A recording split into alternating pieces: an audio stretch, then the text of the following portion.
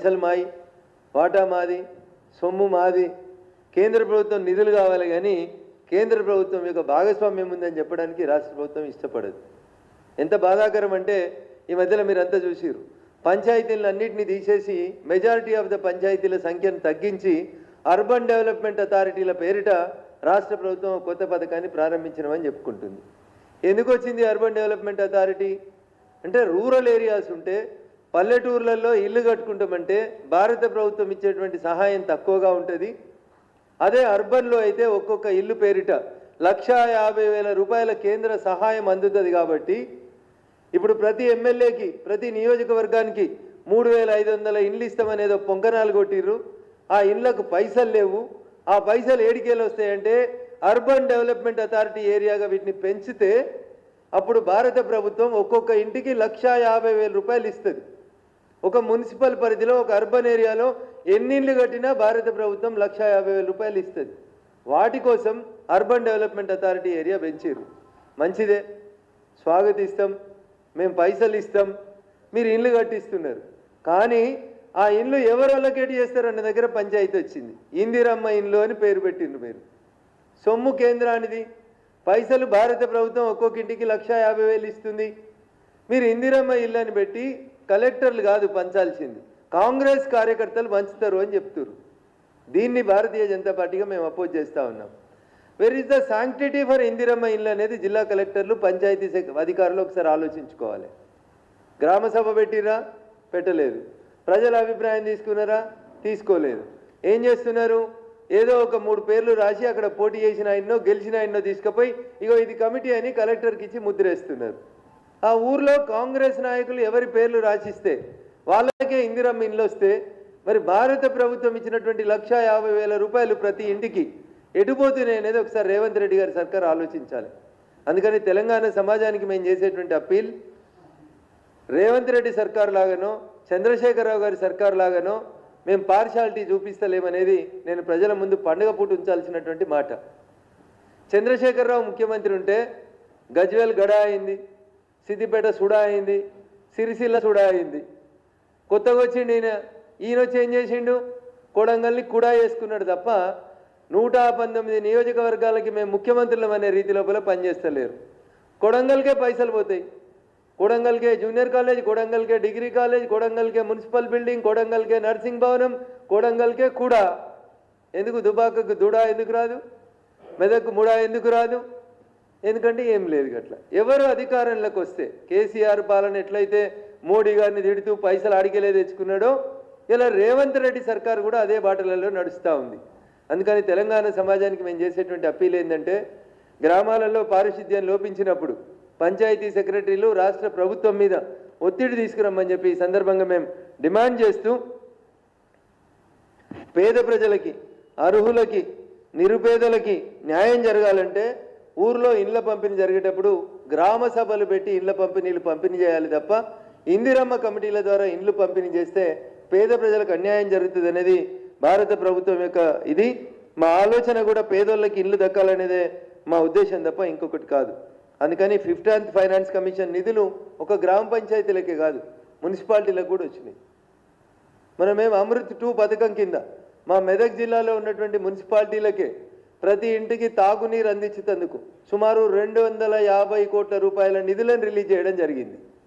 ఇవి ఏవి కూడా మేము ఇచ్చినామని చెప్తలేదు రేవంత్ సర్కార్.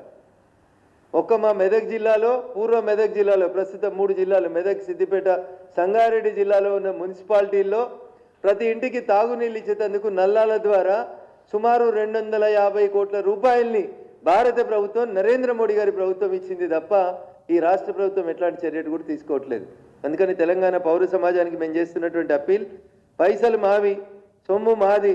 కాబట్టి ఇందిరమ్మ ఇండ్లని ఇందిరమ్మ కమిటీల పేరు మీద వంచడాన్ని భారతీయ జనతా పార్టీగా మేము వ్యతిరేకిస్తున్నాం. మా గౌరవ శాసనసభ్యులు ఈ విషయాన్నే రాష్ట్ర సర్వోన్నత న్యాయస్థానంలో ఒక పిటిషన్ కూడా వేయడం జరిగింది. ఈ రోజు రేపు దానికి సంబంధించి కూడా కొన్ని డైరెక్షన్స్ వస్తాయనేటువంటి ఆశాభావంతో మేము ఉన్నాం. రేవంత్ సర్కార్ కూడా మేము చెప్పేది ఒకటే, మా భాగస్వామ్యం లేకుండా, మా పైసలు తీసుకొని మా భాగస్వామ్యం లేకుండా మీరు ఇందిరమ్మ ఇల్లు పంచే కార్యక్రమాన్ని పెడితే ఖచ్చితంగా మేము దాన్ని ఆపుతాం, అడ్డుకుంటామని చెప్పి ఈ సందర్భంగా ప్రభుత్వాన్ని హెచ్చరిస్తా ఉన్నాం. Thank you.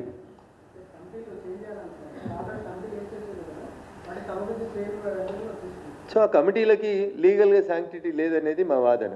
ఎందుకంటే ఊర్లో ఎవరు ఇందిరమ్మ కమిటీలో సభ్యులుగా ఉండాలని చెప్పాలంటే ఒక గ్రామ సభ పెట్టాలి. గ్రామానికి సంబంధించి ప్రస్తుతం సర్పంచులు లేరు కాబట్టి, గ్రామ పంచాయతీలకు ఎన్నికలు పెట్టే ధైర్యం ఈ సర్కారుకు లేదు కాబట్టి ఇప్పుడు మేమేం అడుగుతున్నాం, మేము పంపించిన నిధులు 15th ఫైనాన్స్ కమిషన్ కింద పంపించిన నిధులు, మేము రేపు ప్రధానమంత్రి ఆవాస్ యోజన కింద అర్బన్ ఏరియాలో ఒక ఇంటికి ఇచ్చే 1,50,000 రూపాయలు, ఇవన్నీ కేంద్రం నుంచి వచ్చేటువంటి నిధులు. భాగస్వామ్యం మాకు ఉండాలా వద్దా? మా ఎమ్మెల్యేలు 8 మంది ఉన్నారు, ఎంపీలు 8 మందిలు ఉన్నాం, ఒక ఎమ్మెల్సీ గారు ఉన్నారు, రాజ్యసభ ఒకటి ఉంది. మాకు రావాల్సిన నిధులు మా భాగస్వామ్యం కనీసం భారతీయ జనతా పార్టీ ఎమ్మెల్యే ఉన్న దగ్గర కూడా ఇందిరమ్మ కమిటీలలో మా భాగస్వామ్యం లేకుండా చేస్తూ ఉన్నారు. సొమ్ము మాది సోకు మీది అనేటువంటి ఈ విధానాన్ని మేము వ్యతిరేకిస్తూ ఉన్నాం. గ్రామ సభలు లేకుండా వాళ్ళు వేసినటువంటి ఇందిరమ్మ కమిటీలు చెల్లుబాటు కావనేదే మేము రాష్ట్ర సర్వోన్నత న్యాయస్థానం ముందు ఉంచబోతున్నటువంటి వాదన. సో కాంగ్రెస్ పార్టీకి ఉన్నటువంటి భావదారిద్ర్యం ఏంటంటే అయితే ఇందిరమ్మ లేకపోతే రాజీవ్ గాంధీ, లేకపోతే నెహ్రూ గారి పేరు మీద కూడా పథకాలు తక్కువనే ఉన్నాయి, అయితే ఇందిరమ్మ లేకపోతే రాజీవ్ గాంధీ. భారతీయ జనతా పార్టీ కేంద్ర ప్రభుత్వంలో అధికారంలోకి వచ్చిన తర్వాత మేము తీసుకొచ్చినటువంటి ప్రతి పథకానికి కేంద్ర ప్రభుత్వం ఆయుష్మాన్ భారతం అని పెడుతుంది, లేకపోతే PM కిసాన్ సమ్మాన్ నిధి అని పెట్టినాం. నరేంద్ర మోడీ గారి సమ్మాన్ నిధి అని ఎక్కడ పెట్టలేదు. మేము ప్రజల పక్షాన్ని ఉంటున్నాం, వాళ్ళు వ్యక్తుల పక్షాన్ని ఉంటున్నారు. This is the difference between Bharatiya Janata Party and Congress.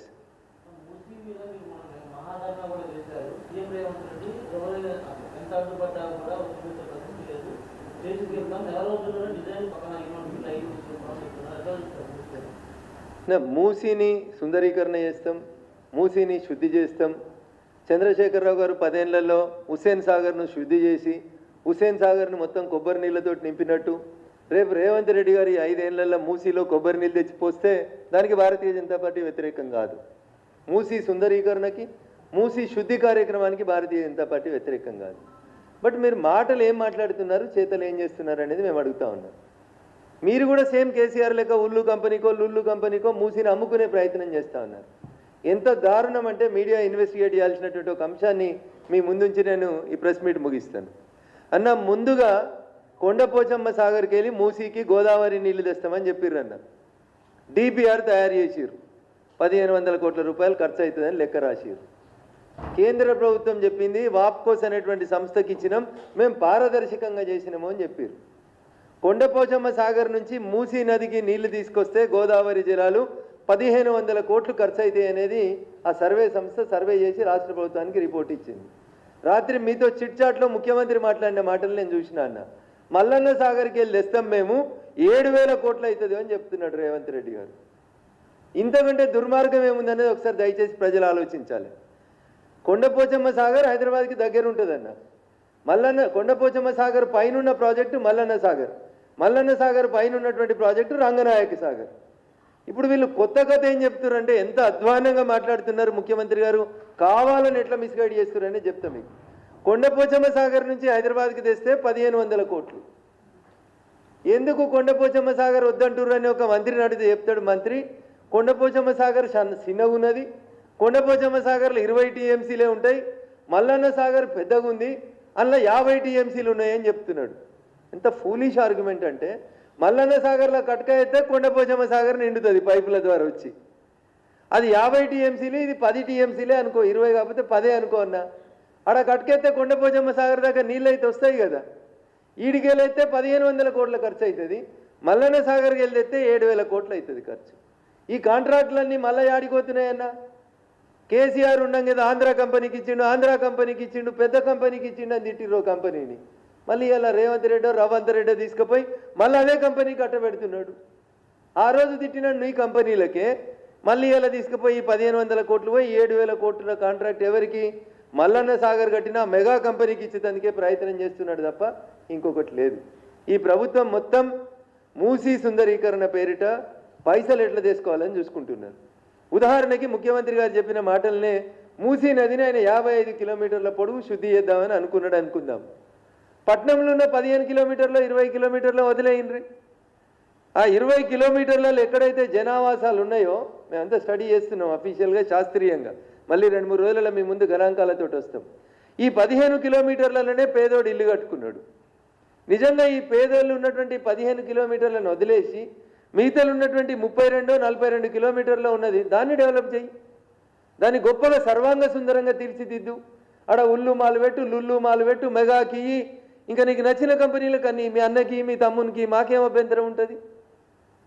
పేదోడు ఇల్లులు కట్టినటువంటి ఈ 15-18 కిలోమీటర్ల దూరమే 55 మీటర్లు వెడల్పు చేస్తా, థేమ్స్ నదిని తీసుకొస్తా. ఏం తేడా ఉంది కేసీఆర్కు నీకు?